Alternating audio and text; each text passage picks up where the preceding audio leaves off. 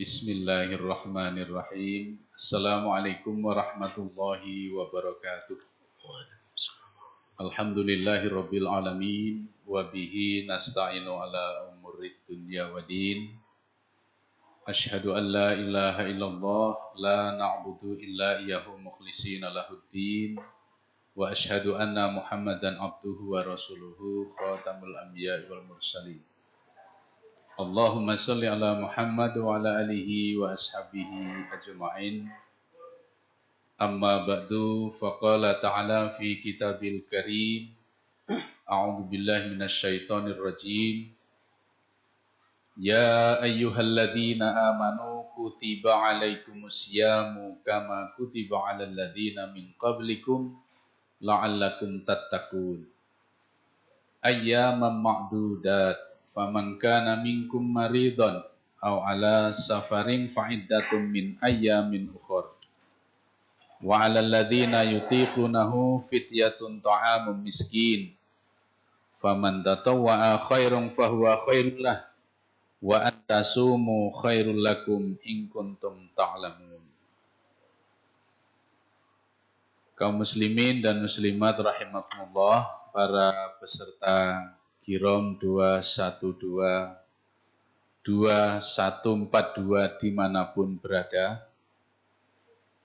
Yang pertama sekali, mari kita bersyukur kehadirat Allah Subhanahu wa Ta'ala. Pada kesempatan ini Allah masih melimpahkan karunia kesehatan dan karunia kesempatan kepada kita semuanya, sehingga pada bulan yang suci ini, pada bulan yang mulia ini, kita semuanya terutama bisa menunaikan ibadah puasa pada bulan Ramadan. Mudah-mudahan kita dapat menyelesaikan puasa 1 bulan penuh.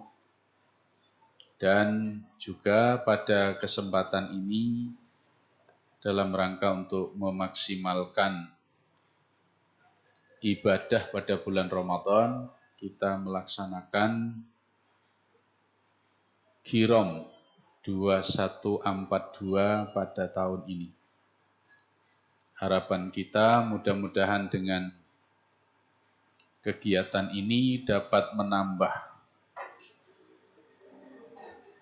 kebaikan dan kesempurnaan daripada pelaksanaan ibadah puasa pada bulan Ramadan. Sebagaimana ayat yang kami bacakan di awal, bahwa hai orang-orang yang beriman, diwajibkan atas kamu sekalian berpuasa sebagaimana telah diwajibkan atas orang-orang sebelum kamu, agar kamu sekalian bertakwa. Bapak dan saudara-saudara beserta Kirom yang dirahmati oleh Allah. Puasa Ramadan yang kita laksanakan pada saat ini mempunyai tujuan yang sangat mulia, yaitu untuk menggapai takwa ilallah, takwa kepada Allah Subhanahu wa Ta'ala. Sedang takwa itu merupakan semulia-mulia predikat hamba di hadapan Allah Subhanahu wa Ta'ala kelak. Inna akramakum indallahi atqakum.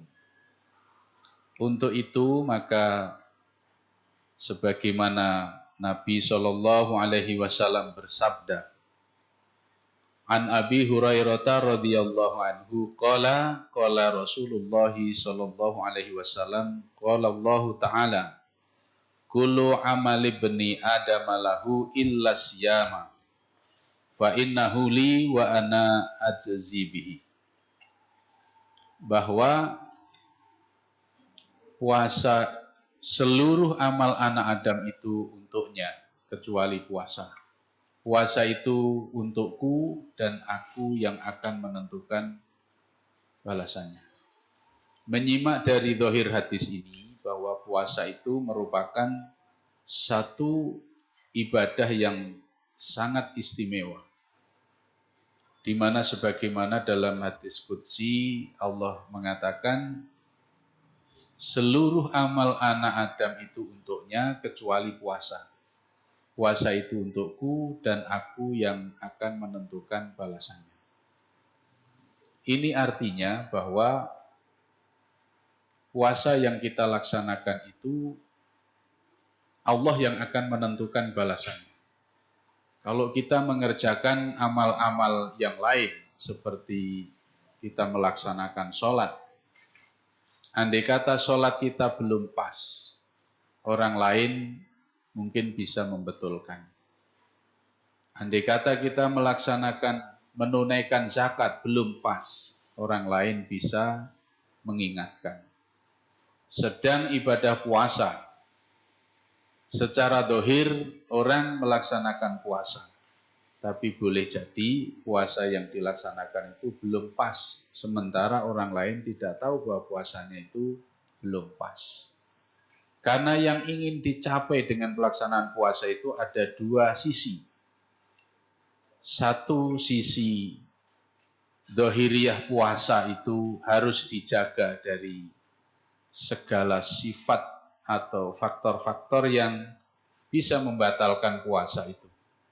Sisi yang lain adalah harus dijaga dari faktor-faktor yang bisa membatalkan nilai puasa. Oleh karena itu, maka semua faktor yang bisa membatalkan puasa harus betul-betul dijaga sesuai dengan petunjuk, sesuai dengan tuntunan. Faktor-faktor yang bisa membatalkan puasa itu harus benar-benar dicegah dengan sekuat tenaga. Dan juga faktor-faktor yang bisa membatalkan pahala puasa. Kalau menjaga batalnya puasa secara dohir, barangkali karena bersama-sama mungkin lebih mudah. Tetapi menjaga pahala puasa dari batalnya itu merupakan suatu pekerjaan yang membutuhkan kesungguhan secara pribadi dan kemaksimalan usaha.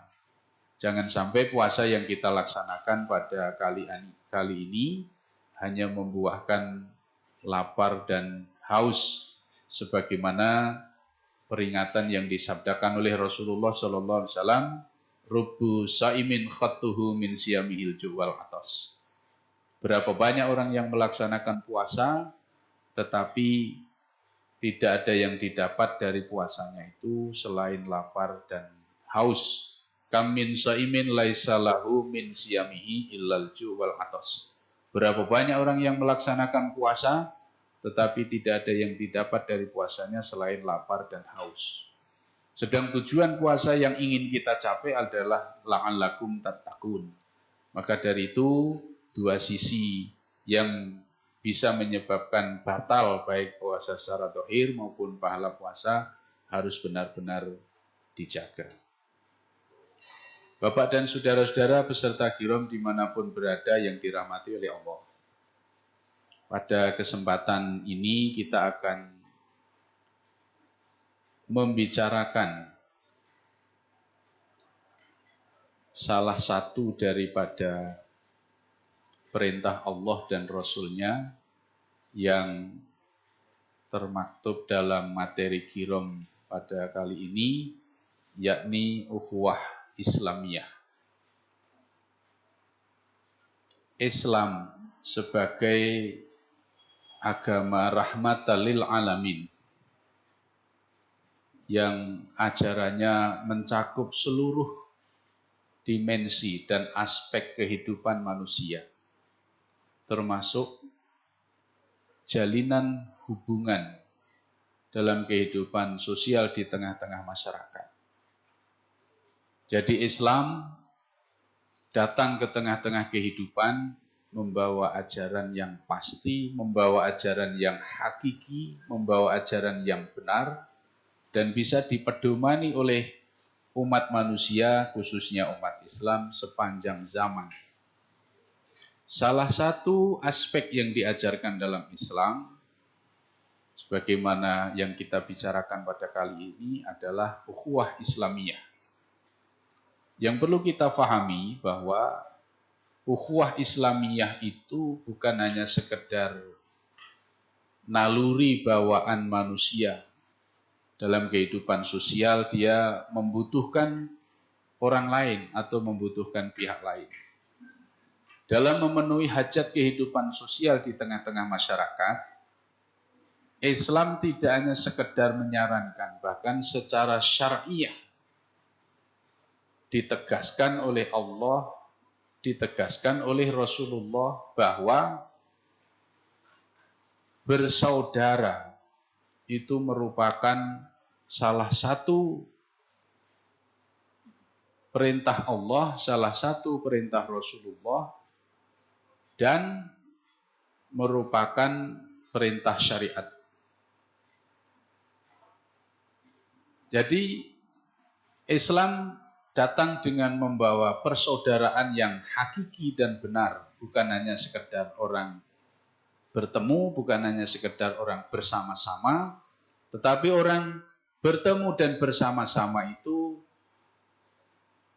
mengikuti petunjuk, mengikuti tuntunan, sehingga dalam bersaudara itu benar menurut Allah dan Rasul-Nya yang bersifat hakiki dan tidak sementara. Di dalam dalil-dalil syariat bahwa Allah memerintahkan sebagaimana di dalam materi kita di halaman pertama itu, innamal mu'minuna ikhwah. Innamal mu'minuna ikhwatum fa aslihu baina akhwaikum wattaqullah la'allakum turhamun. Sesungguhnya orang-orang mukmin itu adalah bersaudara. Karena itu maka damaikanlah antara saudaramu dan bertakwalah kepada Allah supaya kamu mendapatkan rahmat. Di dalam ayat ini ada isyarat yang diperintahkan oleh Allah bahwa lafadz ayat ini menggunakan ungkapan di mana orang-orang mukmin itu diperintah untuk bersaudara menggunakan satu lafadz sebagaimana Allah perintahkan seperti bersaudaranya saudara kandung. Artinya hampir-hampir tanpa batas. Itu satu. Kemudian yang kedua, dalam salah satu sabda Rasulullah SAW, beliau memberikan satu wejangan kepada kita, di mana beliau mengatakan, an-nasu ka'asnanil musti fil istiwa, bahwa kesamaan manusia itu laksana gigi sisir. Artinya tidak berlebih dan tidak berkurang. Karena gigi sisir itu rata.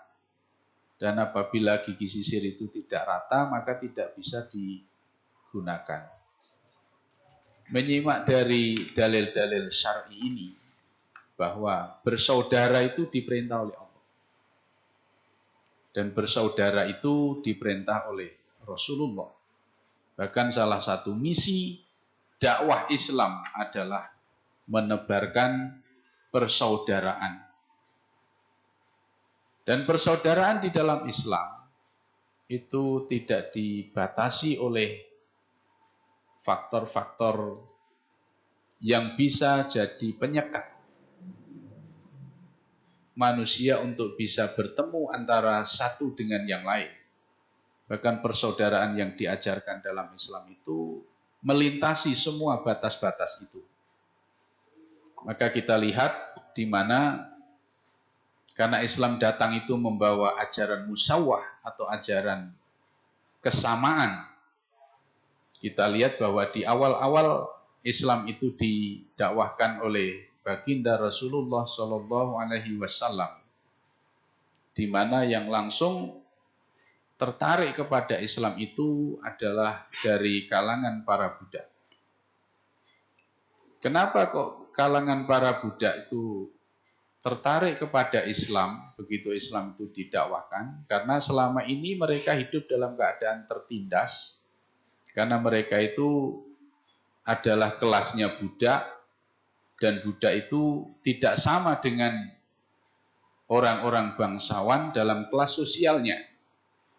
Nah, ketika Islam datang, tidak membedakan sekat-sekat itu dan tidak membedakan kelas-kelas sosial, bahkan Nabi mengatakan an-nasu ka'asnanil mustifil istiwa, bahwa manusia itu sama dalam sosial, dalam kedudukannya, dalam kehidupan sosial maupun kedudukannya di hadapan Allah Subhanahu wa ta'ala. Bahkan yang dapat membedakan antara manusia satu dengan yang lain di hadapan Allah itu karena takwa. Inna akramakum indallahi atqakum. Sedang takwa, Bapak dan saudara-saudara yang dirahmati oleh Allah, itu bisa dicapai oleh siapapun. Bisa dicapai oleh kelasnya bangsawan, bisa dicapai oleh kelasnya budak, bisa dipakai oleh orang yang di masyarakat itu tidak dianggap, tidak dipandang, dan sebagainya. Sehingga di mata Allah yang mulia itu hanyalah orang-orang yang bertakwa. Jadi bersaudara di dalam Islam itu bukan hanya sebagai wujud dari naluri manusia, tetapi bersaudara di dalam Islam itu diperintah oleh din, diperintah oleh agama. Lah adapun kita bersaudara di dalam Islam itu tidak hanya sekedar kita bertemu, tidak hanya sekedar kita berkumpul sudah dianggap bersaudara, tetapi bersaudara di dalam Islam itu ada tuntunan yang harus dipegang teguh, yakni antara satu dengan yang lain itu merasa ada tanggung jawab, merasa punya tanggung jawab. Kalau kita merasa bersaudara satu dengan yang lain, ada tanggung jawab. Di mana Islam mengajarkan, sebagaimana dikatakan oleh Rasulullah SAW, dengan adanya iman, itu menghendaki kita bahkan berhukum wajib kita menerima orang lain sesama iman sebagai saudara. Tidak membedakan itu dari mana, tidak membedakan itu suku bangsanya apa, dan tidak membedakan status sosialnya bagaimana, tapi karena iman dan Islam itu menjadi media pertemuan antara satu dengan yang lain. Jadi tidak didorong oleh karena adanya kesamaan etnis, tidak didorong oleh adanya kesamaan kepentingan, tidak didorong oleh karena kesamaan daerah, tetapi dorongan untuk bersaudara sesama muslim satu dengan yang lain itu karena pertama diperintah oleh Allah dan melekat pada diri orang yang beriman itu wajib untuk bersaudara dengan saudara sesama muslim. Bahkan di dalam Al-Quran surat At-Taubah ayat 16 bahwa persaudaraan itu sampai kepada tingkat berwalijah, menjadi gantungan hati, menjadi tempat curhatan dan lain sebagainya. Begitu mulia dan begitu indah Islam dari sisi khitoh syariahnya maupun pengejawantahannya dalam kehidupan, mengajarkan agar manusia itu satu sama lain merasa satu, ya, merasa sama dan merasa saling membutuhkan antara satu dengan yang lain. Maka tidak sepantasnya lalu kalau sesama muslim tidak bisa bertemu secara sesama muslim tidak bisa bersatu karena merasa mungkin ada kelebihan satu dengan yang lain, sehingga dari kelebihan itu dianggap sebagai satu faktor yang bisa jadi pembeda antara satu dengan yang lain. Ketika kita menyadari perintah-perintah agama kita, bahwa bersaudara itu harus bisa melewati lintas batas yang oleh orang yang tidak beriman jadi penyekat. Semisal antara orang kaya dengan orang miskin nggak bisa ketemu. Antara orang yang berpendidikan dengan yang tidak berpendidikan tidak bisa ketemu. Antara orang yang sukses dengan yang tidak sukses tidak bisa ketemu. Antara pejabat dengan rakyat tidak bisa ketemu. Lah justru batas-batasan itu dihapus oleh Islam sehingga tidak ada sekat untuk bertemu antara satu dengan yang lain karena kesadaran din, karena kesadaran iman, karena tahu bahwa itu diperintah oleh Allah Subhanahu wa taala. Dan persaudaraan di dalam Islam itu bukan persaudaraan semu, bukan persaudaraan yang sementara, tetapi bisa menjadi persaudaraan yang hakiki. Karena di dalam persaudaraan itu tidak ada kepentingan apapun selain sama-sama untuk menunaikan perintah agamanya. Sehingga persaudaraan itu bisa langgeng, bisa permanen. Berbeda halnya dengan orang-orang bersaudara karena diikat oleh adanya kepentingan. Maka selama mereka terjamin kepentingan antara satu dengan yang lain, mereka mau bersaudara atau bisa bersaudara. Karena kesamaan profesi, selama mereka masih sama profesinya, maka mereka bisa bersaudara. Tetapi apabila profesinya berbeda, maka tidak boleh masuk ke dalam lingkup orang yang berprofesi itu. Nah, sedang Islam mengajarkan satu pedoman, satu petunjuk bahwa bersaudara itu tidak didorong oleh rasa itu, tapi didorong oleh kesadaran beragama karena memang Allah Subhanahu wa taala memerintahkan. Nah, apabila kaum muslimin dan muslimat menyadari akan perintah agamanya, maka mestinya ketemu sesama muslim. Kalau dijumpai ada secara zahir itu ada identitas muslimnya. Kalau wanita ya berjilbab, kalau laki-laki ya terlihat sholat, kemudian secara zahir mereka pakai identitas muslim, jadi pakaiannya pakaian muslim, maka di dalam hati itu ada getaran bahwa itu adalah saudara kita. Walau mungkin organisasinya berbeda, pemahaman dalam memahami tekstual agama berbeda, tetapi tidak ada yang jadi penghalang karena pemahaman itu sifatnya parsial, furu'iyah. Adapun yang hakiki kesamaannya adalah mereka sama-sama beriman kepada Allah, mengakui Allah sebagai Tuhannya, meyakini, mengimani Nabi Muhammad SAW sebagai Rasulullah, dan meyakini bahwa Al-Quran itu sebagai kitab sucinya. Maka apa yang akan dirasakan menjadi pembeda? Lebih khusus lagi, Bapak dan saudara-saudara, di dalam pengajian kita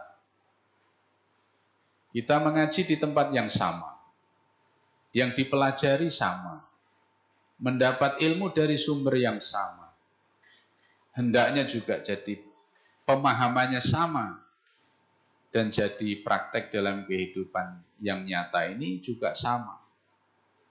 Walaupun mungkin tempatnya berbeda, walaupun mungkin kulturnya berbeda, walaupun mungkin etnisnya berbeda, tetapi karena banyak kesamaan yang dia dapat di dalam majelis ini, maka dimanapun ketemu sebagai saudara sama mengaji, itu adalah saudara kita. Karena merasa bersaudara oleh din itu diajarkan, satu sama lain punya hak dan kewajiban. Maka kalau di dalam materi kajian kita pada kali ini, di dalam salah satu hadis yang dicantumkan di situ, sebagaimana Nabi Shallallahu Alaihi Wasallam bersabda, An Abi Hurairah anna Rasulullah Shallallahu Alaihi Wasallam qala hakul muslimi alal muslimi situn. Kila mahunna ya Rasulullah, ya Rasulullah, qala idza laqituhu fasallim alaih wa idza ta'aka fa'ajibhu wa idza tansahaka fansahlahu wa idza atisa fahamidallahu wa sammithu wa idza marida fa'udhu wa idza mata fattabi'u. Rawahul Muslim. Dari Abu Hurairah radhiyallahu an, bahwasanya Nabi Shallallahu Alaihi Wasallam bersabda, hak atas orang Islam terhadap orang Islam yang lain itu ada 6. Kalau kita sering menyebut hak dan kewajiban saudara sesama Muslim. Yang pertama, apabila kamu bertemu dengannya, ucapkanlah salam. Afsus salam bainakum. Jadi hak saudara muslim menjadi kewajiban saudara muslim yang lain. Apabila ketemu sesama muslim, hak dan kewajibannya adalah mengucapkan salam. Karena boleh jadi ketemu sesama manusia tidak boleh kita mengucapkan salam apabila bukan saudara sesama muslim. Nah, salam itu merupakan identitas dohir ketika saudara sesama muslim saling ketemu. Maka ucapan yang pertama keluar dari saudara sesama muslim adalah salam. Apabila di dalam hati kita bening, maka jumpa dengan saudara sesama muslim tidak berat mengucapkan salam. Tetapi apabila di dalam hati kita ada sesuatu, ketemu dengan saudara sesama muslim, berat mengucapkan salam. Nah, salam itu sebenarnya simbol bahwa karena di dalam salam itu di samping dia merupakan ucapan khusus. Saya katakan salam itu ucapan khusus karena pertama, dia hanya boleh diucapkan terhadap saudara sesama muslim.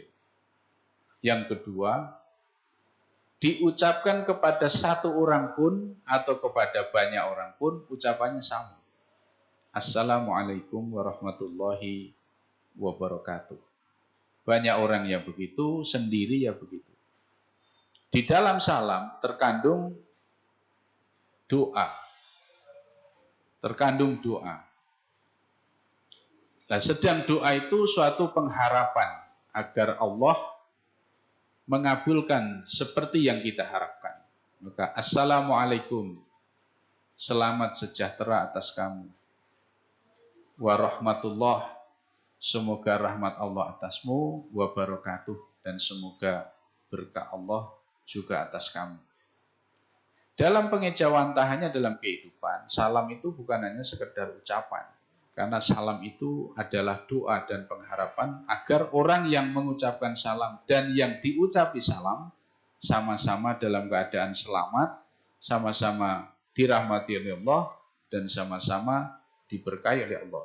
Jika yang mengucapkan salam itu hati, maka salam itu merupakan satu ucapan yang sangat indah ketika saudara sama muslim bertemu, yang selanjutnya diwujudkan dalam praktek bersama satu sama lain saling mensejahterakan satu sama lain, saling mengharapkan rahmat dan berkah dari Allah Subhanahu wa taala. Yang kedua,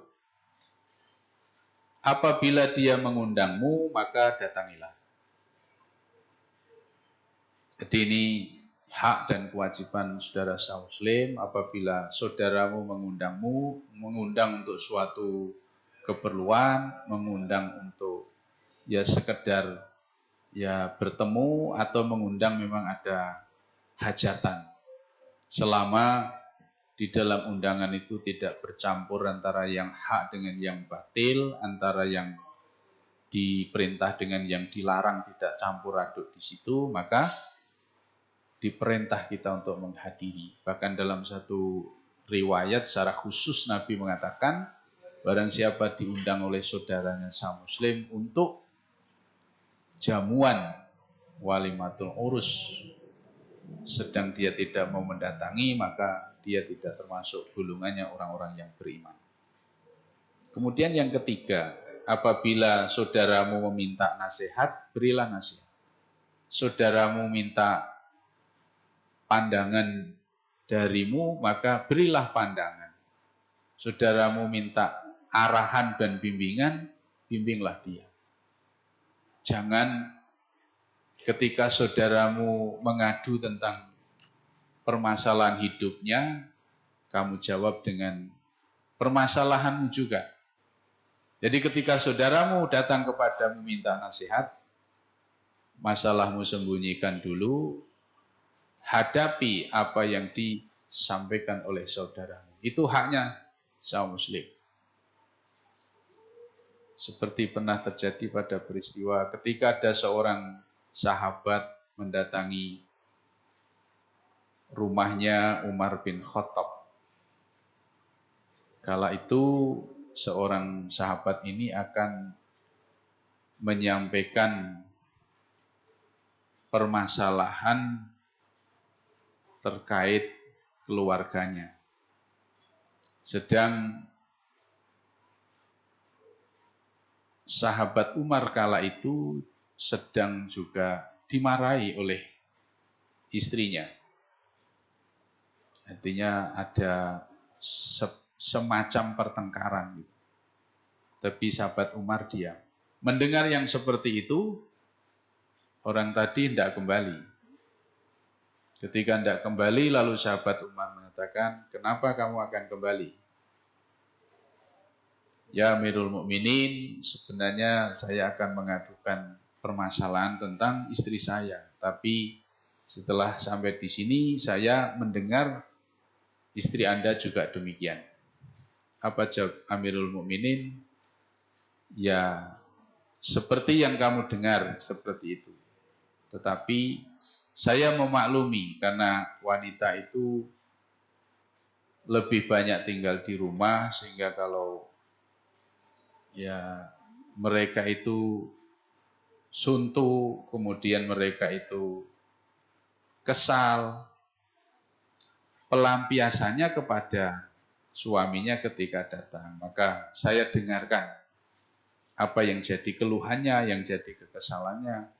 Setelah nanti selesai baru dinasihati. Jadi hal itu biasa. Jadi jangan lantaran itu terus dianggap menjadi momok dalam kehidupan. Karena itu termasuk bumbu-bumbunya kehidupan. Selama mereka itu mau kembali kepada petunjuk, insya Allah walaupun terjadi perselisihan, walau terjadi perbedaan, walau terjadi marah-marahan satu sama lain, kalau mereka itu mau kembali kepada tuntunan, tidak akan ada yang jadi penghalang untuk tetap menjaga, terjaganya ukhuwah, untuk tetap bisa bersatu dengan saudaranya yang lain.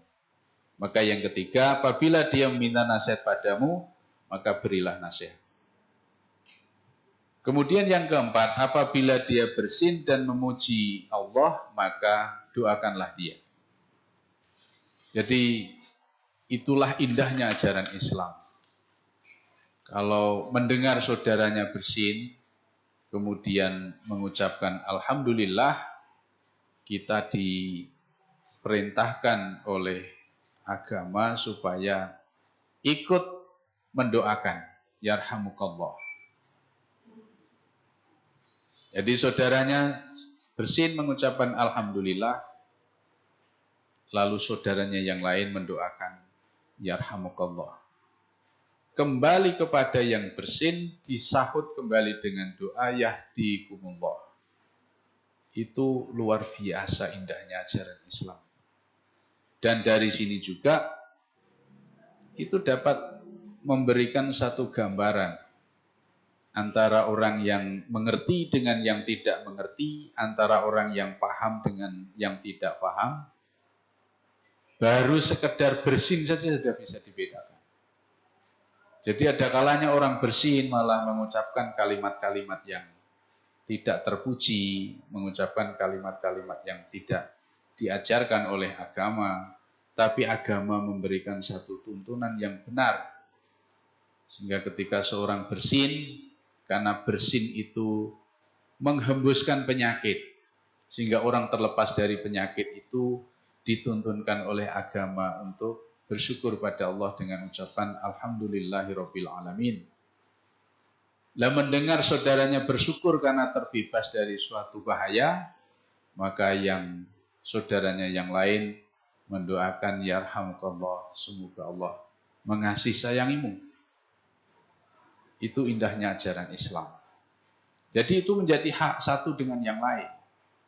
Jadi kalau saudaranya bersin mengucapkan alhamdulillah, kita tidak boleh mendiamkan, kecuali kita ikut mendoakan agar orang yang bersin itu disayangi oleh Allah.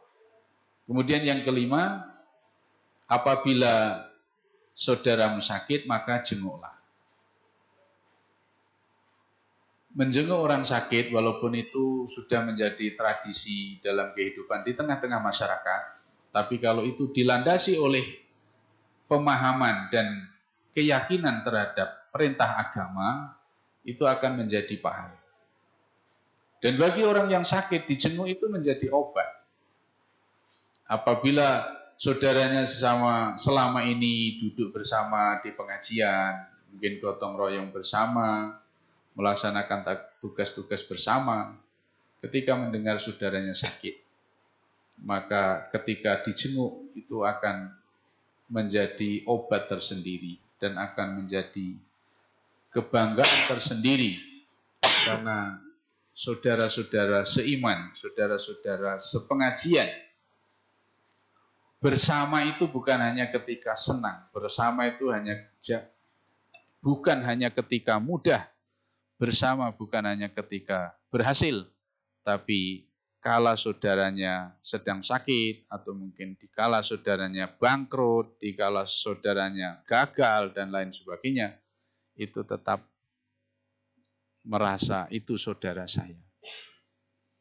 Kemudian yang keenam, apabila saudara sesama muslim meninggal dunia, maka antarkanlah jenazahnya, dengan pengertian kalau saudaramu meninggal dunia, maka kewajibanmu terhadap saudara sesama muslim mengurus fardu kifayahnya.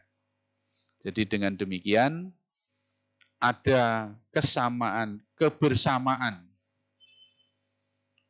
yang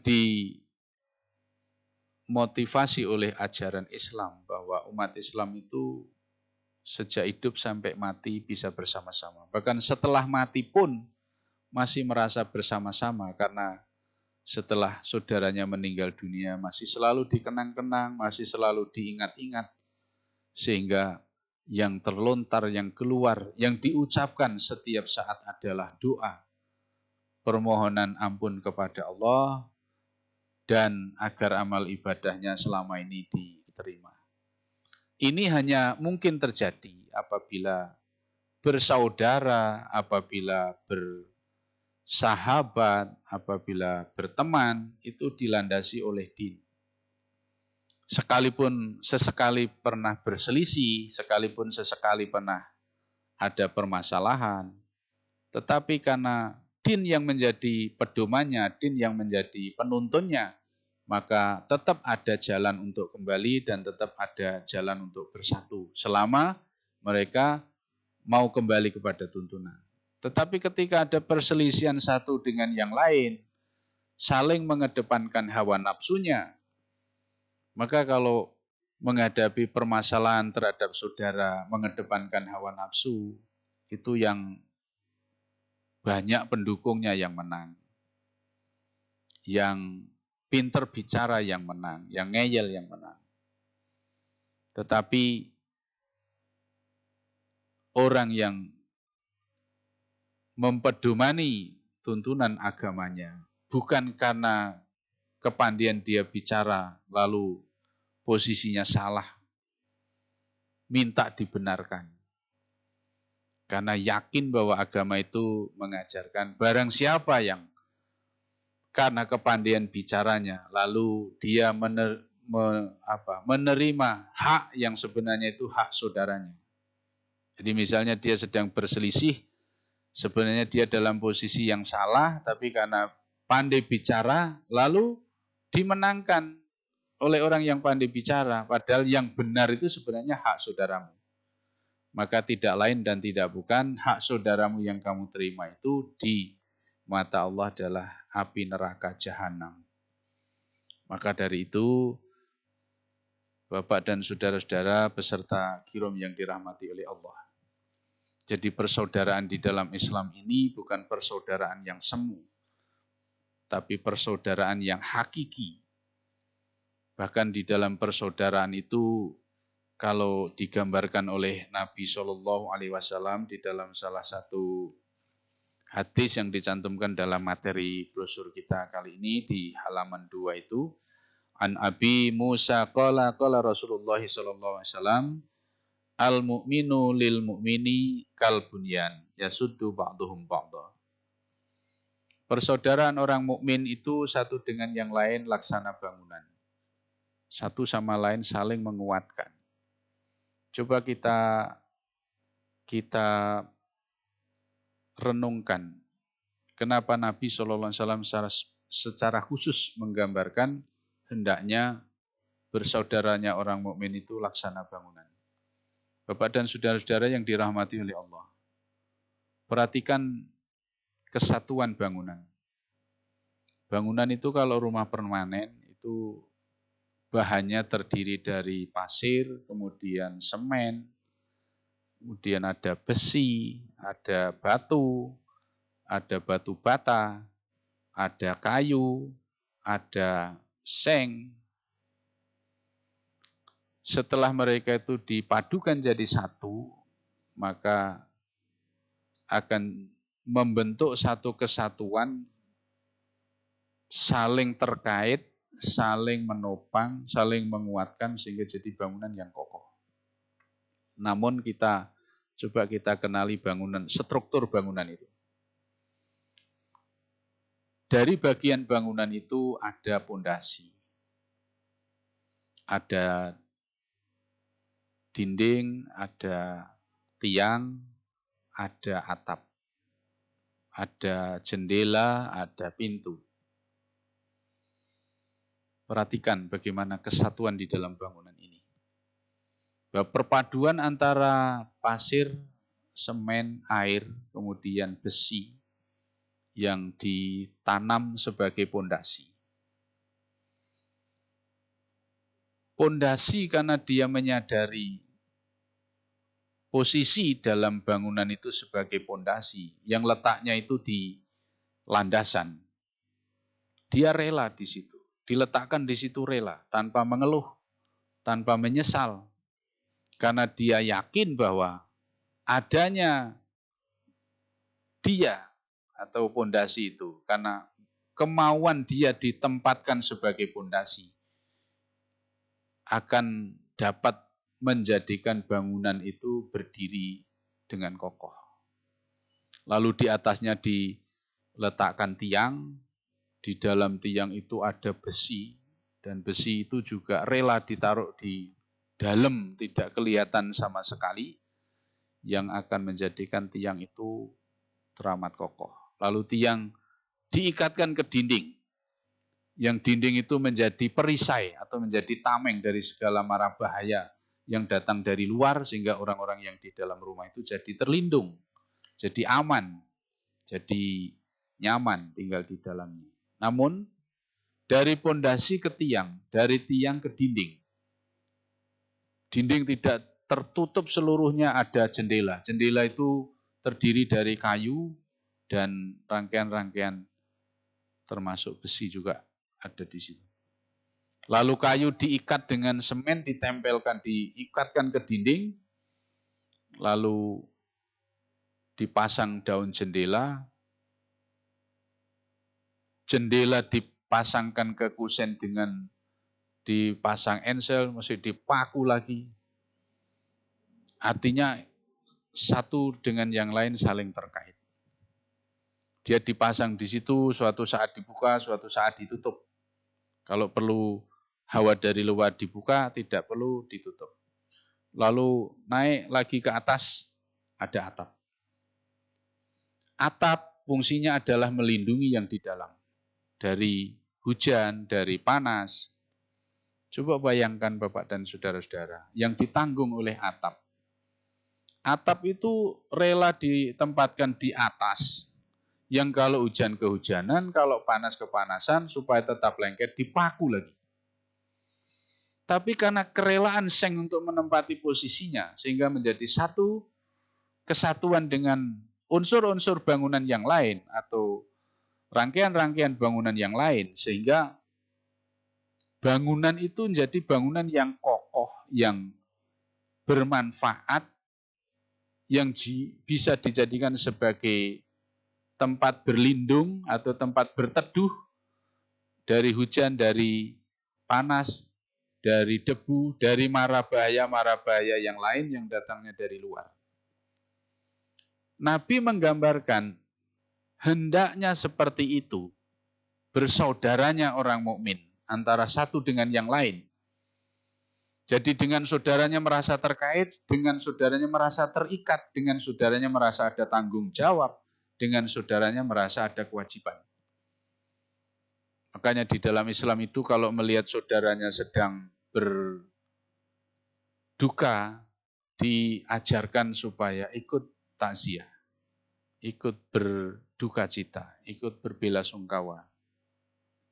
Apabila saudaranya sedang mendapatkan nikmat, diajarkan supaya ikut bertahniah, supaya mereka ikut bersuka cita. Jangan dibalik. Saudaranya susah, dia bersuka cita. Saudaranya senang, dia berduka cita.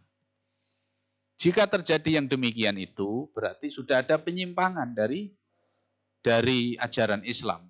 Sudah ada penyimpangan dari tabiat hati yang bersih. Yang di dalam hati itu ada iman. Bahkan kalau agama itu memberikan satu gambaran, orang yang melihat saudaranya susah dia senang, dan melihat saudaranya senang dia susah, itu kalau diungkapkan oleh Allah, ya, adalah gambarannya orang yang dengki, orang yang hasad. Jadi hasad ini merupakan satu penyakit hati, satu penyimpangan di dalam hati. Dan itu bisa mengidap siapapun, rakyat jelata, pejabat, para pelajar, para guru. Kalau di pengajian ini, pengajian kita ya bisa warga, bisa pengurus, dan semuanya. Dan hasad itu merupakan penyakit hati. Tempatnya di dalam sana. Maka dalam satu riwayat dikatakan, iyakum wal hasada, fa innal hasada ya'kulul hasanati kama ya'kulun narul hatab. Wajib atas kamu menjauhi hasad. Karena hasad itu memakan kebaikan. Sebagaimana api membakar kayu. Bahkan dalam riwayat yang lain dikatakan, api membakar rumput. Jadi artinya, karena hasad di dalam hati, maka kebaikan-kebaikan yang ada di dalam diri seseorang, pada diri seseorang itu habis dimakan oleh karena adanya hasad itu. Selama tidak dihentikan, maka kebaikan-kebaikannya akan habis. Karena gambaran dari Nabi, bahayanya dengki, yaitu bahayanya hasad itu seperti api membakar rumput atau api membakar kayu. Nah, di dalam Islam ini, kita boleh hasad secara lugawi dengan pengertian secara dohir. Karena hasad itu isinya adalah keinginan. Dengki itu adalah isinya keinginan terhadap apa yang ada pada orang lain. Sempurnanya kedengkian itu apabila keinginan terhadap apa yang ada pada orang lain pindah pada dirinya. Itu sempurnanya dengki. Di dalam Islam kita boleh menginginkan sesuatu yang ada pada orang lain itu kecuali dalam dua hal. La hasada illa fisnatain. Kamu tidak boleh punya keinginan terhadap apa yang ada pada orang lain kecuali dalam dua hal. Rajulun atahullahu malan fasallatahu ala halakatihi fil haqq. Kamu melihat orang lain mempunyai harta kekayaan, lalu harta kekayaan itu habis dibelanjakan di jalan kebenaran, dibelanjakan di sabilillah. Ada orang yang kaya lalu kekayaannya dibelanjakan di jalan Allah, kamu ingin seperti itu, boleh. Kemudian yang kedua, wa rajulun atahullahul hikmata wa yaqdi biha wa yu'allimuha. Orang yang diberi oleh Allah hikmah, lalu diberi oleh Allah ilmu. Dengan hikmah itu dia ajari manusia, dia bimbing manusia. Kemudian dengan hikmahnya itu, dengan ilmunya itu, dia beri keputusan terhadap perselisihan dan perkara yang dihadapi oleh manusia. Agar mereka kembali duduk pada haknya masing-masing. Jadi kalau ada orang yang diberi oleh Allah hikmah, dengan hikmahnya itu digunakan untuk mengajarkan kebaikan kepada orang lain, kemudian memutuskan perkara-perkara atau permasalahan-permasalahan yang dihadapi oleh manusia, maka yang seperti itu diperbolehkan. Tapi adapun keinginan, misalnya melihat orang lain berhasil, lalu dia ingin seperti itu, melihat orang kaya, lalu ingin seperti itu, melihat orang yang jabatannya naik, dia menginginkan seperti itu, melihat orang yang punya kendaraan baru, dia ingin seperti itu hasad yang dilarang. Dalam semua keinginan atau hasad terhadap apa yang dimiliki oleh orang lain itu dilarang oleh Islam semuanya kecuali dalam dua hal. Rajulun atahullahu malan fasallatahu ala halakati fil haq wa rajulun atahullahu hikmata wa yaqdi biha wa yu'allimuha. Selain itu dilarang. Maka di dalam materi pelajaran Girom ini sudah sangat lengkap secara dalil syar'i, sudah dipaparkan semuanya, di mana perintah-perintah untuk bersaudara, kemudian apa-apa yang dilakukan ketika kita bersaudara terhadap saudaranya, dan larangan-larangan yang harus dijaga dalam bersaudara, sehingga apabila ini benar-benar, apabila hal ini benar-benar ditegakkan, benar-benar ditunaikan, benar-benar dipegang teguh, dalil-dalil yang sumbernya dari Allah dan Rasul-Nya ini tidak hanya sekedar jadi pemahaman, tapi memang betul-betul wujud menjadi kenyataan. Di mana banyak sekali gambaran yang dijelaskan oleh Nabi bahwa orang mukmin itu bersaudaranya seperti satu tubuh. Apabila satu anggota tubuhnya sakit, dia ikut merasakan sakit. Matanya sakit, seluruh tubuhnya bisa merasakan sakit. Dengan pengertian, kita masuk menjadi keadaan saudaranya. Ya, kita masuk dalam perasaan saudaranya. Jangan saudaranya lagi susah, kita cerita tentang keberhasilan.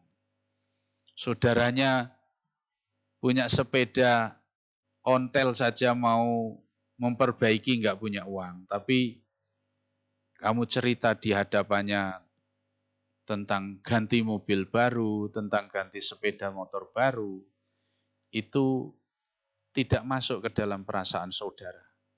Maka dari itu di akhir pembicaraan materi ini, untuk menegakkan persaudaraan yang hakiki sebagaimana diajarkan dalam Islam, maka 3 rukun ukhuwah, ya, 3 rukun ukhuwah yang mestinya dijalankan dan dipegang teguh agar ukhuwah itu benar-benar terwujud dan terrealisasi.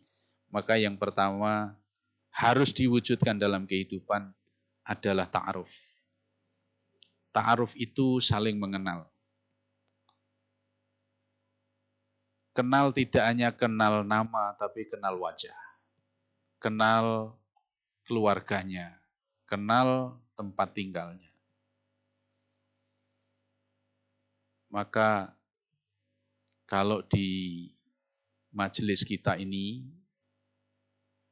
wasilah menuju ke sana itu sudah dirancang oleh para pendahulu-pendahulu, khususnya apa yang digagas oleh Al-Ustadz Abdullah Allahumma gfirlahu warham. Di pengajian ini setiap warga MTA wajib mengikuti kelompok belajar.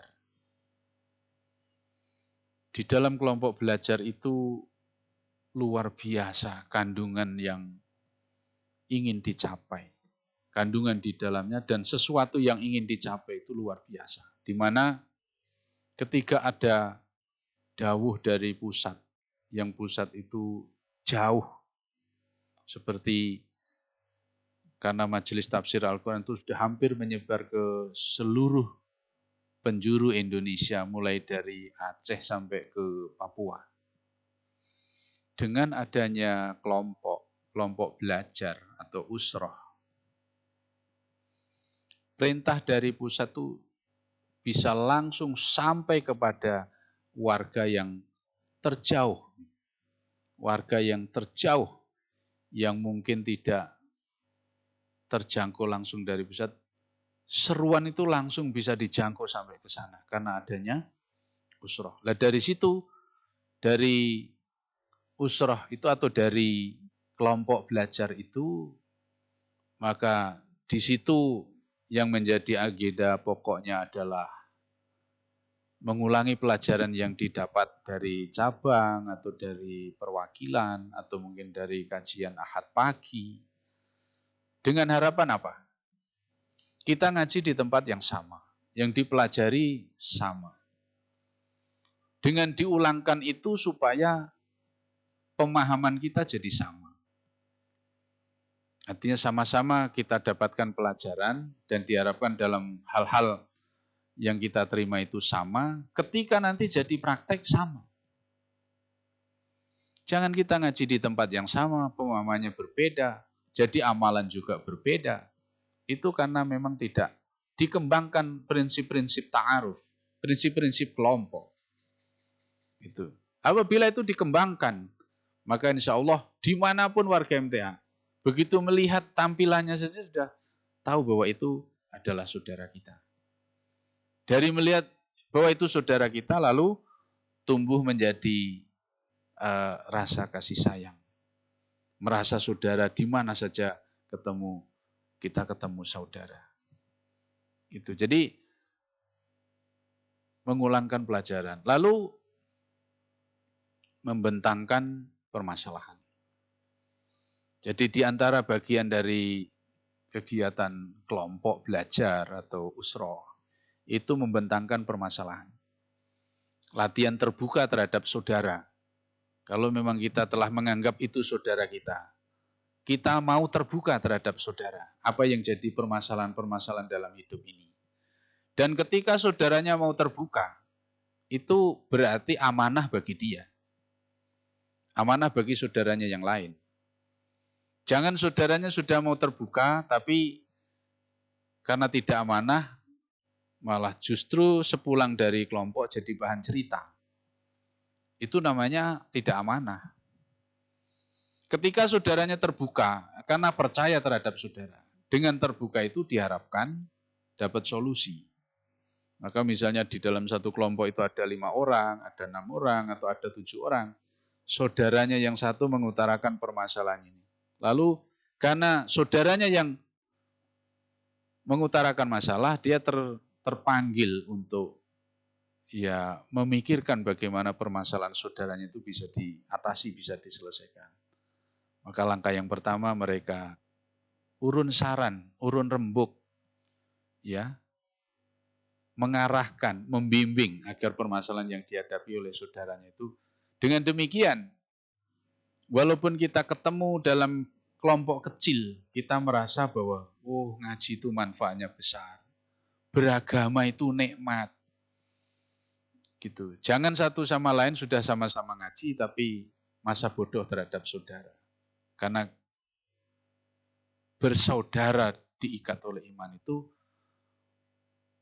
secara langsung itu ada tanggung jawab berupa hak dan kewajiban yang harus ditunaikan. Jangan secara lahiriah kita merasa bersaudara tetapi tidak mau bertanggung jawab terhadap permasalahan-permasalahan yang dihadapi oleh saudaranya. Kemudian bagian dari kegiatan kelompok belajar itu diantaranya adalah pembeningan jiwa. Pembeningan jiwa itu mesti dibiasakan dan dilatih, di mana setiap saudara itu berusaha untuk bening jiwanya terhadap saudaranya yang lain. Karena dari jiwa yang bening ini akan selalu positif terhadap saudara. Kalau saudaranya benar, karena pikirannya positif, berusaha untuk mendukung. Kalau saudaranya salah, pikirannya tetap positif, dia terpanggil untuk mengingatkan. Dan harus dijauhkan terhadap saudara itu dari perasaan buruk sangka atau suudzon, karena buruk sangka itu dilarang. Ya ayyuhalladzina amanu, ya ayyuhalladzina amanu istanibu katsiran minadh-dhon. Hei orang-orang yang beriman, jadi alamat seruan itu untuk orang-orang yang beriman. Karena adanya iman di dalam diri itu, maka seseorang diseru, hei orang-orang yang beriman, ijtanibu katsiran minadh-dhon. Jauhkan dari kalian kebanyakan dari prasangka. Ada pertanyaan, kalau kebanyakan prasangka dilarang berarti ada sebagian kecil prasangka yang boleh. Benar. Kebanyakan prasangka itu yang dimaksud adalah prasangka buruk. Sedikit prasangka yang diperbolehkan itu adalah prasangka baik. Jadi seorang berprasangka baik terhadap saudara boleh. Prasangka buruk tidak boleh. Jadi yang dinamakan prasangka buruk itu menisbatkan hal-hal yang buruk terhadap saudara tanpa bukti. Jadi kita baru sepintas melihat lalu menyimpulkan bahwa si fulan begini dengan penilaian yang negatif. Itu tidak boleh.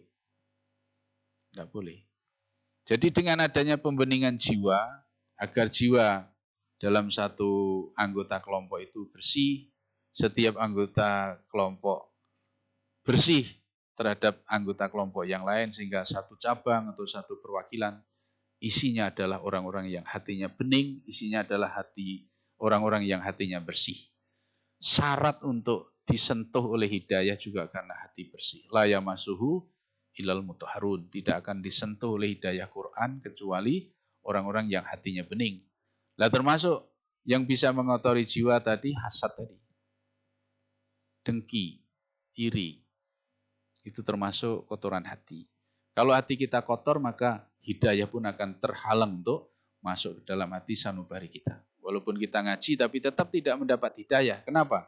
Karena tidak mau membersihkan hati. Dan hati itu akan bersih apabila sebelum tahu kita terbiasa begitu, setelah tahu lalu ditinggalkan. Kalau perkara itu tidak baik, itu namanya ada perubahan dengan ngaji. Itu prinsipnya yang harus ditegakkan agar ukhuwah itu terwujud adalah ta'aruf. Saya ulangi lagi bahwa ta'aruf itu saling mengenal. Kenal bukan hanya kenal wajah, tapi juga kenal nama. Kenal nama juga kenal wajah. Oh si Fulan, namanya si Fulan. Ini toh orangnya.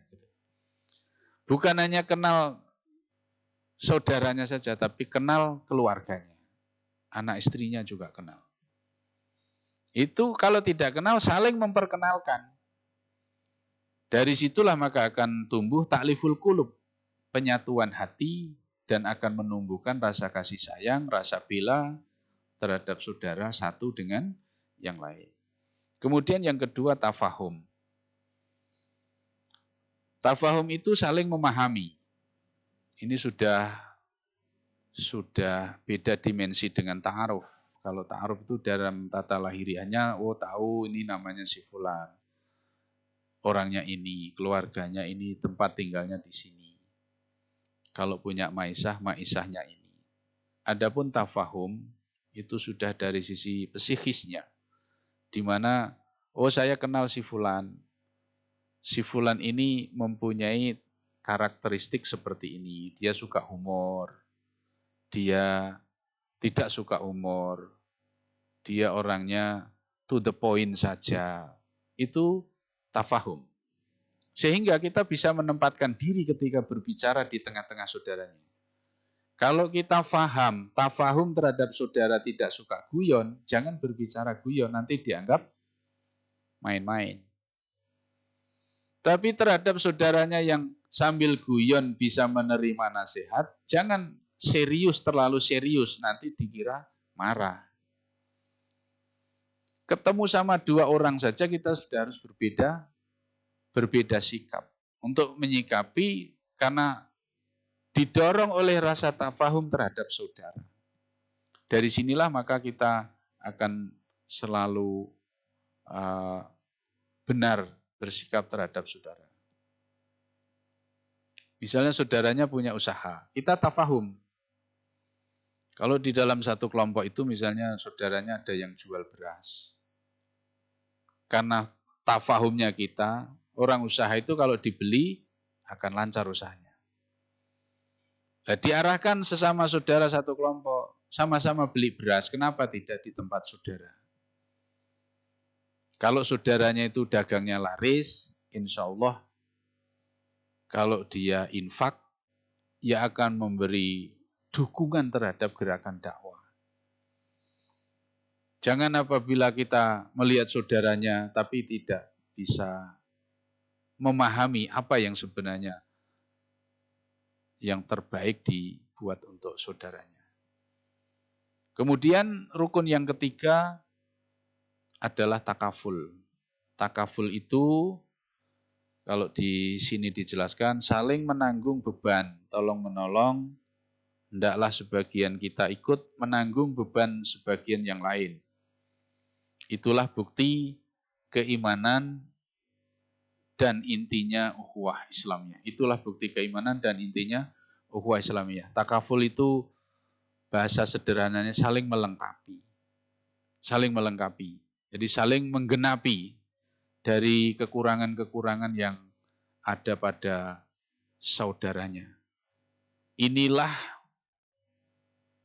hasil dari agama jika dipelajari, difahami, dan dipegang teguh. Tetapi jika agama hanya dipelajari dan difahami, tidak dipegang teguh dalam pengertian tidak direalisasikan, maka orang yang beragama dengan yang tidak beragama hampir tidak beda. Yang membedakan orang yang beragama dengan tidak beragama itu mereka faham, mereka memegang teguh, dan istiqomah di dalam mengamalkannya. Tidak ikut-ikutan, tidak angin-anginan, nanti anginnya ke timur, condong ke timur, anginnya ke barat, condong ke barat, anginnya ke selatan, condong ke selatan. Tapi orang yang beriman, orang yang memahami petunjuk, memahami tuntunan, itu akan mempunyai tampilan dalam arti sikap hidup yang berbeda dibandingkan dengan orang-orang yang tidak memahami dibandingkan dengan orang-orang yang tidak mengerti. Inilah Bapak dan saudara-saudara yang dirahmati oleh Allah, hakikat bersaudara. Nah, yang jadi pertanyaan besar kita, apakah rasa satu, rasa sama terhadap saudara seiman, khususon terhadap saudara sesama ngaji itu sudah benar-benar tumbuh dan terpatri di dalam diri kita. Sehingga dengan merasa satu, dengan merasa bersaudara, diharapkan kita bisa saling menguatkan. Kalau kita kuat, insya Allah dakwah ini akan dimenangkan oleh Allah. Sebagaimana dikatakan dalam qaul sahabat Ali radhiyallahu anhu. Beliau mengatakan, la ghalabata illa bil quwwah. Kita tidak akan menang kecuali punya kekuatan. Bisa menang di dalam mengamalkan agama, bisa menang di dalam mendakwahkan agama, maka kita butuh kekuatan. Khusus kekuatan di dalam mendakwakan agama ini, apabila wala quwata illa bil ittihad, tidak akan kuat kecuali bersatu. Lah bersatunya dari komponen para alim, komponen para aghnia, dan komponen orang yang kuat, orang yang punya tenaga. Maka bersatu dari ini akan mendukung kemenangan. Tapi kalau yang kuat, yang berjalan sendiri, yang pintar berjalan sendiri, yang kaya berjalan sendiri, itu tidak akan menjadikan gerakan ini kuat. Dan kalau tidak kuat, tidak akan mencapai kemenangan atau keberhasilan. Itu. Jadi bersatu. Bersatu. Jadi dengan bersatu akan kuat. Kita perhatikan filosofi sapu.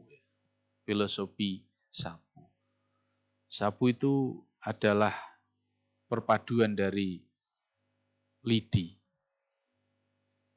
atau ijo.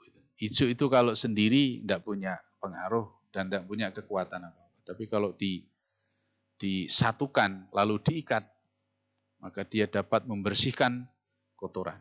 Lidi satu tidak kuat dan tidak banyak fungsinya. Tapi ketika disatukan menjadi satu genggam, kuat dan bisa membersihkan banyak kotoran.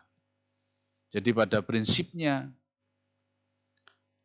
dengan bersatu kita akan kuat. Kalau dalam pepatah kita, rukun gawe santoso, cengkrah gawe bubrah.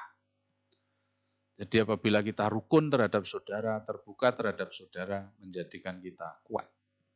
Wala quwata illa bil ittihad. Wala tihada illa bil fadail. Kamu tidak akan kuat, tidak akan bersatu kecuali pegang teguh. Punya keutamaan. Punya keutamaan. Apa yang mestinya dirintis menjadi keutamaan di dalam diri kita? Keutamaan itu tidak harus sama. Jadi kalau di dalam pengajian itu ada orang yang keutamaannya tahajud, pegang teguh istiqomah di dalam tahajud sehingga jadi kelebihan pada dirinya. Ada orang yang keutamaannya sholat duha, kerjakan duha terus-menerus sehingga itu jadi keutamaan bagi seseorang. Ada seseorang yang keutamaannya dermawan, ada seorang yang keutamaannya penyabar, ada seseorang yang keutamaannya pemaaf, ada seseorang yang keutamaannya tidak punya dendam atau tidak benci kepada orang. Nah, jika perkumpulan itu isinya orang yang punya keutamaan-keutamaan itu akan jadi daya perekat yang luar biasa. Sehingga mereka itu kuat untuk bersatu, tidak mudah digoyah, tidak mudah dipatahkan, dan tidak rapuh. Itu. Jadi, wala fadaila ila biddin. Dan kita tidak akan mungkin mencapai ke itu, tidak mungkin memperoleh keutamaan atau kelebihan pada dirinya, kecuali pegang teguh agama. Jadi apabila agama itu difahami, apabila agama itu diamalkan, dan istiqomah di dalam mengamalkan, itu akan jadi keutamaan. Jadi keutamaan. Waladina ila ma wafaqal kitab was sunnah. Tidak dikatakan din kecuali muwafiq, cocok. Ya. Dengan Quran dan sunnah. Jadi artinya kalau kita runtut dari bawah, karena memahami Quran dan sunnah, maka seorang jadi beragama. Jika agama dipegang teguh, maka akan jadi keutamaan. Jika mempunyai keutamaan, akan jadi daya perekat satu dengan yang lain. Kalau satu sama lain bersatu, merasa satu, maka akan jadi kekuatan.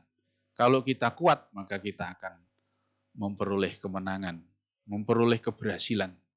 Dan Bapak dan saudara-saudara, menyatukan hati itu pekerjaan yang sangat sulit dan itu bukan kuasanya manusia.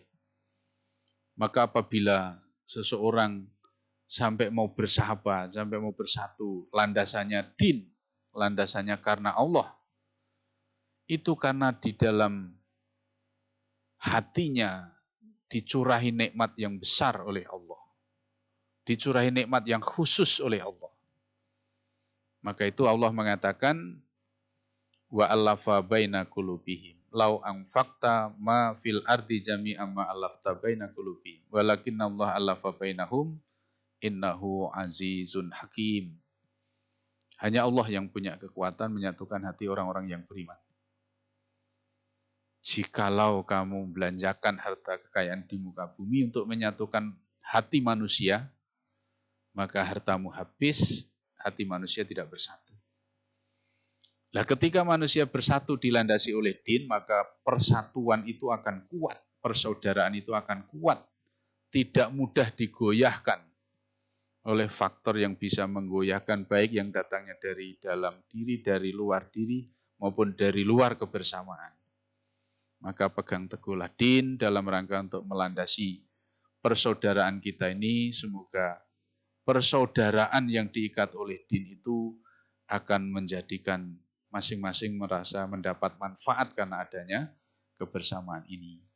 Barangkali sekedar inilah yang dapat kami sampaikan dalam memandu, memahami materi ukhuwah Islamiyah yang saya yakin pembahasannya tidak berurut, tetapi apa yang kita bicarakan di sini mudah-mudahan Allah meridhoi sehingga kita merasa mendapat manfaat, khususnya diri saya dan Bapak serta saudara-saudara semuanya. Demikian yang dapat saya sampaikan, lebih dan kurangnya mohon maaf. Saya sudahi billahi taufiq wal hidayah. Assalamualaikum warahmatullahi wabarakatuh.